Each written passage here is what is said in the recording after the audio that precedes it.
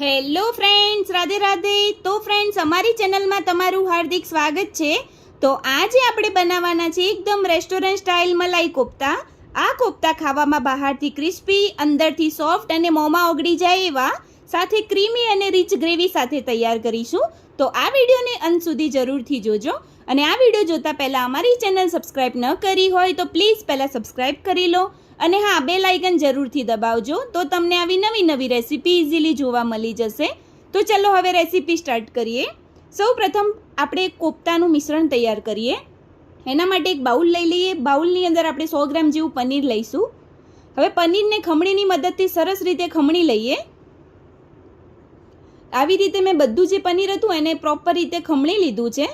હવે મેં એક બોઇલ કરેલું બટાકું લીધું છે. હવે બટાકાને પણ ખમણીની મદદથી સરસ રીતે ખમણી લઈએ.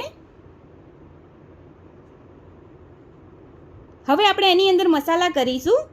થોડા કાજુ દ્રાક્ષના ટુકડા એડ કરીએ, થોડા આદુ લસણના ટુકડા, બારીક લીલા મરચાં એડ કરીશું. હવે 2 ચમચી મેદાનો લોટ એડ કરીએ, જેથી કોફતામાં બાઇન્ડિંગ સારું આવી જાય. હવે અડધી ચમચી કાળા મરી પાવડર, સ્વાદના એકોર્ડિંગ મીઠું એડ કરી લઈએ. હવે આ બધી જ વસ્તુને આપણે સરસ રીતે હાથની મદદથી મિક્સ કરી લઈએ અને કોફતાનું મિશ્રણ તૈયાર કરી લઈશું. આવી રીતે મેં બધી જ વસ્તુને સરસ મિક્સ કરી લીધું છે અને જે આપણા કોફતાનું મિશ્રણ છે પ્રોપર રીતે તૈયાર થઈ ગયું છે. હવે આપણે એને ઢાંકીને સાઈડમાં મૂકી દઈશું. ત્યાં સુધી હવે આપણે ગ્રેવી તૈયાર કરી લઈએ. હવે ગ્રેવી તૈયાર કરવા માટે એક કઢાઈ લઈ લઈએ. કઢાઈમાં 1 ચમચા જેવું તેલ એડ કરીશું. હવે તેલ ગરમ થઈ જાય પછી 1 ચમચી જીરું એડ કરીએ, 1 આખી ઇલાયચી, 1 તજપત્તાનો ટુકડો, 2 મોટી સાઈઝની ડુંગળી કટ કરીને એડ કરીએ, 1 નંગ ટામેટું કટ કરીને એડ કરીશું,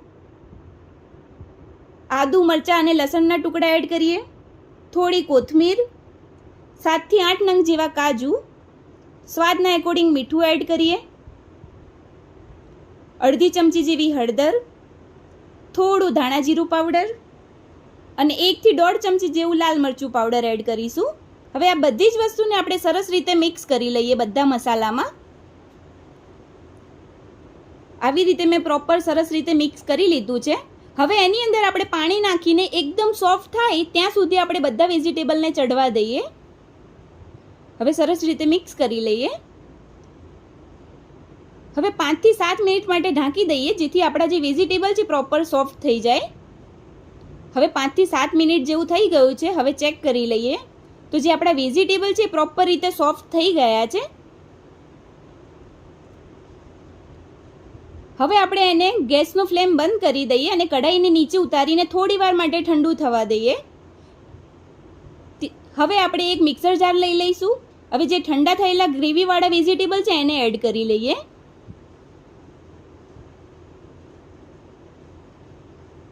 હવે આપણે મિક્સરની મદદથી સરસ રીતે એક સ્મૂથ ગ્રેવી તૈયાર કરી લઈશું. આવી રીતે મેં મિક્સર દ્વારા પ્રોપર ગ્રેવી તૈયાર કરી લીધી છે.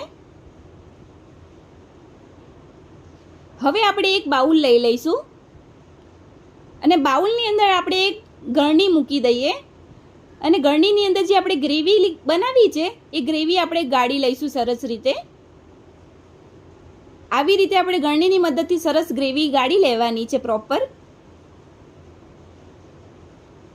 હવે જે આપણી ગ્રેવી છે પ્રોપર સ્મૂથ અને ક્રીમી થઈ ગઈ છે.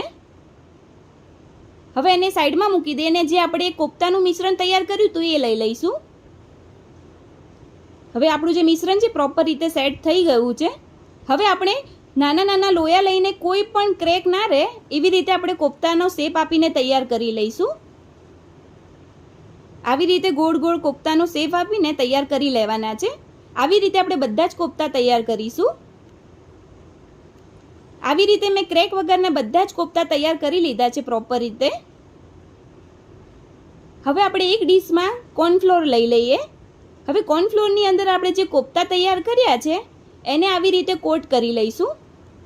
આવી રીતે કોર્નફ્લાવરમાં કોટ કરવાથી જે કોફતાનું ઉપરનું જે લેયર છે એ થોડું ક્રિસ્પી તૈયાર થશે. આવી રીતે મેં બધા જ કોફતાને કોર્નફ્લોરમાં સરસ રીતે કોટ કરી લીધા છે. હવે કોફતાને આપણે ફ્રાય કરી લઈએ. એના માટે એક કઢાઈમાં આપણે તેલ લઈ લઈશું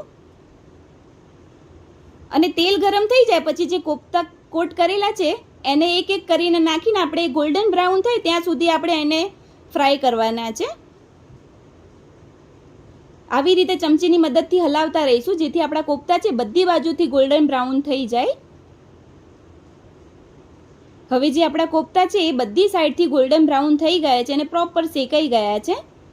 હવે આપણે એને જારાની મદદથી કોફતાને ઇઝીલી બહાર કાઢી લઈશું. આવી રીતે આપણે બધા જ કોફતાને ફ્રાય કરી લેવાના છે. આ બધા કોફતા ફ્રાય થઈ ગયા છે. હવે જે કઢાઈ છે તેલની એને સાઈડમાં મૂકી દઈએ. હવે આપણે ગ્રેવી તૈયાર કરીશું. એના માટે એક કઢાઈ લઈ લઈએ અને જે કોફતા ફ્રાય કર્યા છે એમાંથી તેલ 2 ચમચા જેવું તેલ એડ કરીએ. તેલની જગ્યાએ તમે બટરનો પણ ઉપયોગ કરી શકો છો. હવે તેલ થોડું ગરમ થાય પછી 1 ચમચી જેવું કાશ્મીરી મરચું નાખીશું અને સરસ રીતે મિક્સ કરી લઈએ. અને હવે જે ગ્રેવી તૈયાર કરીએ છીએ એ ગ્રેવી એડ કરી લઈશું. હવે સરસ રીતે આપણે મિક્સ કરી લઈએ અને ગ્રેવી ઉકળે ત્યાં સુધી આપણે ગ્રેવીને શેકાવા દેવાની છે.